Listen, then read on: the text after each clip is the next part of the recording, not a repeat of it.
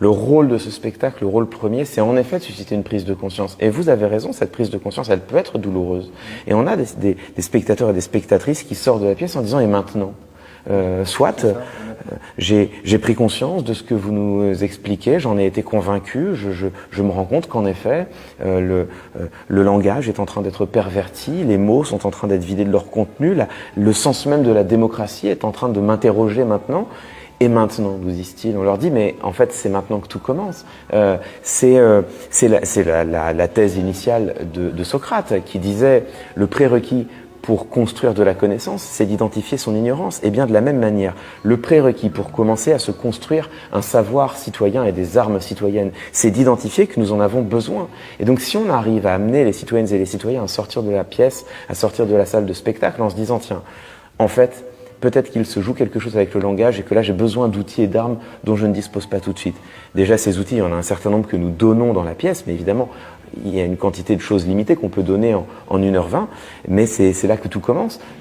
C'est une invitation au contraire aux spectateurs, aux spectatrices, citoyennes, citoyens à continuer le travail, à s'intéresser à la politique, à la rhétorique, à se documenter, à aller rechercher des armes et du pouvoir pour être en position elles-mêmes et eux-mêmes d'avoir un regard critique affûté face à la politique. Encore une fois, l'objectif, c'est pas de dire que tous les politiciens sont des menteurs et que toute rhétorique est nuisible, c'est que chacun et chacune soit en possibilité de choisir quand il et elle désirent se laisser convaincre. Mais est-ce que vous croyez finalement que les électeurs sont peut-être pas dupes en fait, le savent tout ça ou non? Vous croyez vraiment qu'on arrive à duper les gens ou par ces éléments de langage? Oui, malheureusement oui. Je crois en l'efficacité de la rhétorique et hélas je la constate, c'est-à-dire que je suis également présent alors sur scène c'est vrai, mais aussi sur les réseaux sociaux, j'ai un travail d'analyste, de chroniqueur et en discutant avec les citoyennes et les citoyens, mes auditeurs et mes auditrices que j'ai l'occasion de rencontrer,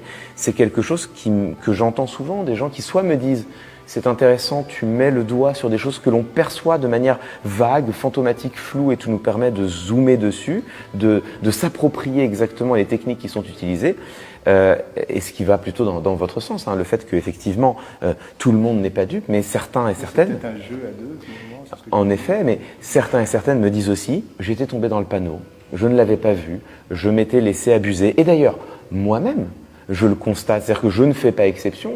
Il m'est arrivé en écoutant un discours ou en écoutant une confrontation de me laisser avoir par un argument, de me dire tiens mais quelque part il a raison, pour constater quelques heures ou jours plus tard en retravaillant qu'en fait la réalité est beaucoup plus complexe que cela. Donc hélas je crois que la rhétorique a un impact sur chacun et chacune d'entre nous. Et c'est pourquoi je pense qu'il est absolument capital de faire circuler ces armes, ces outils de décryptage, tout simplement, non pas pour laisser penser que toute parole politique serait toujours mensongère, non pas pour laisser penser que toute rhétorique serait toujours manipulatrice et qu'il ne faudrait jamais se laisser convaincre.